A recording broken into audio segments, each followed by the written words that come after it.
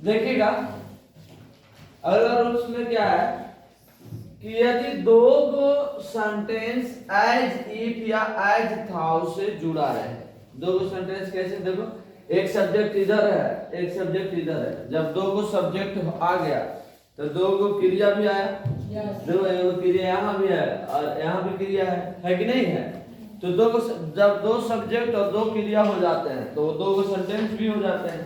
तो दो को सेंटेंस एज इफ से जुड़ा हुआ है तो ध्यान रखना यदि एज इफ या एज थाउ से पहले V1 हो V5 हो या तो V2 हो तो पीछे वाले में देना है V2 या वेयर या हैड। ये कैसे होगा ध्यान रखना, अगर मेन वर्ब रहेगा होगा ये मतलब भरने वाला में ध्यान देना है कि ये ऑप्शन में रहेगा आपको। अगर ऑप्शन में मेन वर्ब सब है तो V2 भरना है, अगर हेल्पिंग वर्ब है तो वेयर भरना है या तो हैड भरना है। हैड समझ में आ रहा है, वो ऑप्शन से ये पता चलेगा है कि नहीं। जैसे है एग्जांपल में देखिए she speaks as if V5 है और यहाँ देखिएगा सी हैज लिखा है, क्या लिखा है एज इफ से जुड़े है ना। अब यहाँ हैज होगा कभी, हैज नहीं होगा, क्या होगा हैड होगा। बात समझ में आया, समझ में आया। उसी तरह से यहाँ यू कॉल्ड, कॉल्ड क्या है V2 है, कॉल्ड क्या है V2, कॉल्ड V2 है, कॉल का V2 क्या होता है कॉल्ड होता है। और यहाँ देखो एज थाउ से जुड़ा हुआ है ना यू, यहाँ हेल्प है तो यहाँ हेल्प माने मेन वर्ब रूप में है तो मेन वर्ब के रूप में V2 होना चाहिए, क्या होना चाहिए V2।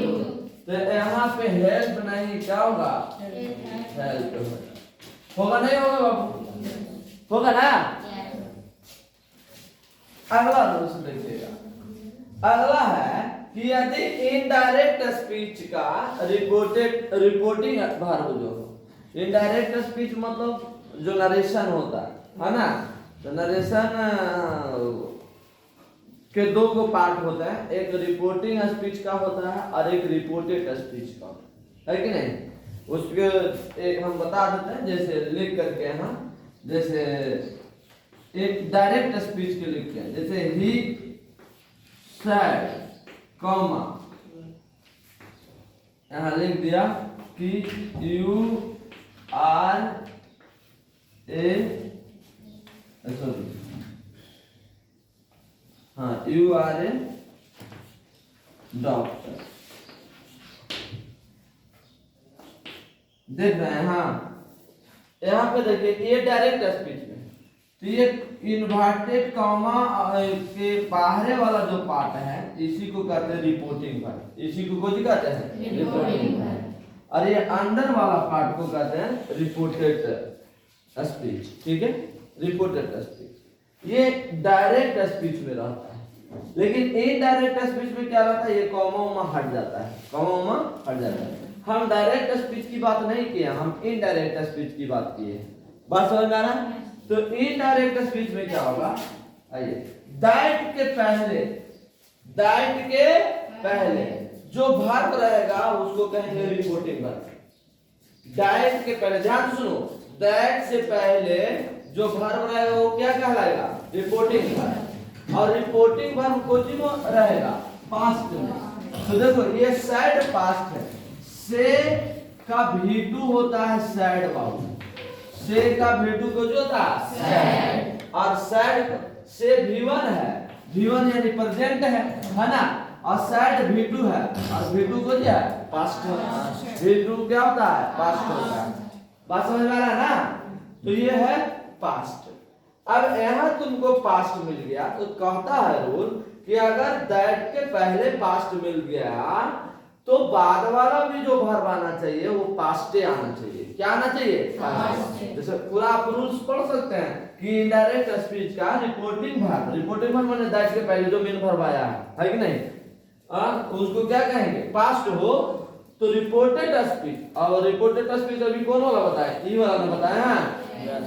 तो ये वाला पार्ट ये कॉमा इन्वर्टेड कॉमा के लिए दैट आता है इनडायरेक्ट में, तो उसके बाद जो भी आया है ये रिपोर्टेड स्पीच है ना, तो वो भी कोची में होगा पास्ट टेंस में होगा। अब यहाँ पे ध्यान दो, क्या मैं इसको मिटा सकता हूँ? इसको आपको हम समझाने के लिए लिखे थे, है कि नहीं? यहाँ पे ध्यान दीजिएगा, यहाँ साइड है यानी पास्ट है, यहाँ क्या है? पास्ट है। तो पीछे भी क्या आना चाहिए? पास्ट आना चाहिए। आर पास्ट है, आर प्रेजेंट में होता है, आर गोजिंग होता है प्रेजेंट। तो इज आर एम का पास्ट वाज या तो वेयर होता है, तो बी का आधार पर कुछ हो जाएगा वेयर। समझ में आया? इज आर एम का पास्ट कुछ होता है वेयर होता है, वाज होता है या तो वेयर होता है, तो बी के आधार पर क्या लगेगा? वेयर। इतना बात समझ में आया? चलिए ठीक है। देखिए ये क्या है, ध्यान रखना है कि इसमें भी दो गो सेंटेंस है। आप तो पढ़ ही रहे हो कि दो गो सब्जेक्ट है, दो गो वर्ब है। दोनों सेंटेंस सिंस से जुड़ा हुआ है। क्या से? सिंस। अगर सिंस से जुड़ा हुआ है तो पहले हैड या हैड प्लस भी3 और पीछे भी2। पीछे क्या? भी2। ध्यान, जैसे यहाँ लिखा हुआ है कि सी हैज गॉन टू गया, सी हैज गॉन टू गया, हैड प्लस भी3 आया है। अब यहाँ सिंस भी आया है। यू काम है, काम को जी भी1 है, भी1 होगा नहीं, काम हुआ नहीं, यहाँ क्या आ जाएगा? के। बात समझ में आ रहा है? समझ रहा है ना? उसी तरह से यहाँ देखो पास्ट टेंस था ये, अब हम लोग फ्यूचर टेंस में प्रवेश कर चुके हैं। पहला देखिएगा, टुमारो, नेक्स्ट डे, या तो नेक्स्ट मंथ, या तो नेक्स्ट वीक, या तो नेक्स्ट ईयर लिखा रहे, तो आपको कुछ नहीं सोचना, उसमें शैल या विल प्लस भी1 लगा देना। बात समझ में आ रहा है? Tomorrow, next day, next month, next week, next year, next लिखा रहे तो उसमें क्या? शैल विल प्लस भी1। अब देखो, he has come from Mumbai next month, है कि नहीं? नेक्स्ट मंथ है और यहाँ लगाया कुछ है हैज प्लस भी3 लगाया, होगा नहीं, यहाँ हो जाएगा क्या? he will come हो जाएगा, होगा कि नहीं होगा? he will come from Mumbai next month, होगा ना?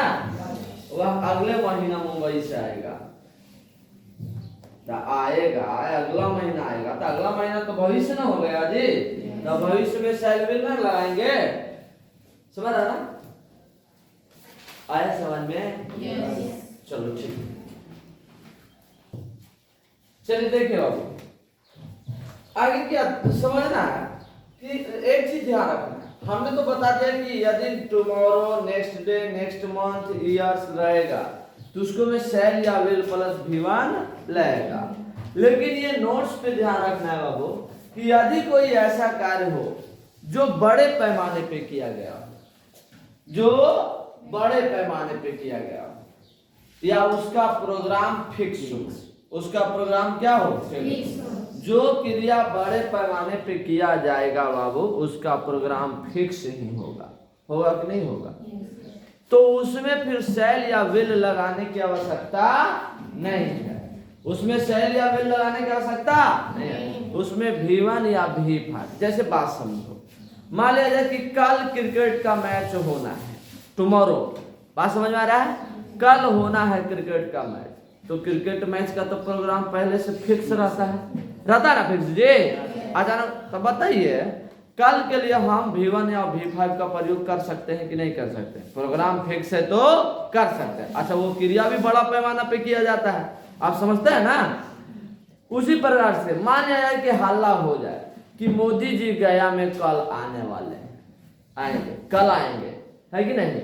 अब बताइए, मोदी जी कोई छोटा मोटा आदमी है? उनको आने होने का काम छोटा मोटा पैमाना पर होगा, बड़े पैमाने पर होगा कि नहीं होगा? व्यवस्था पूरा झकाझक रहेगा, है कि नहीं? अच्छा, उनका प्रोग्राम भी फिक्स होगा, अचानक नहीं कि आज फोन करके मोदी जी कहेंगे अचानक कि आज हम गए आ रहे हैं, है कि नहीं?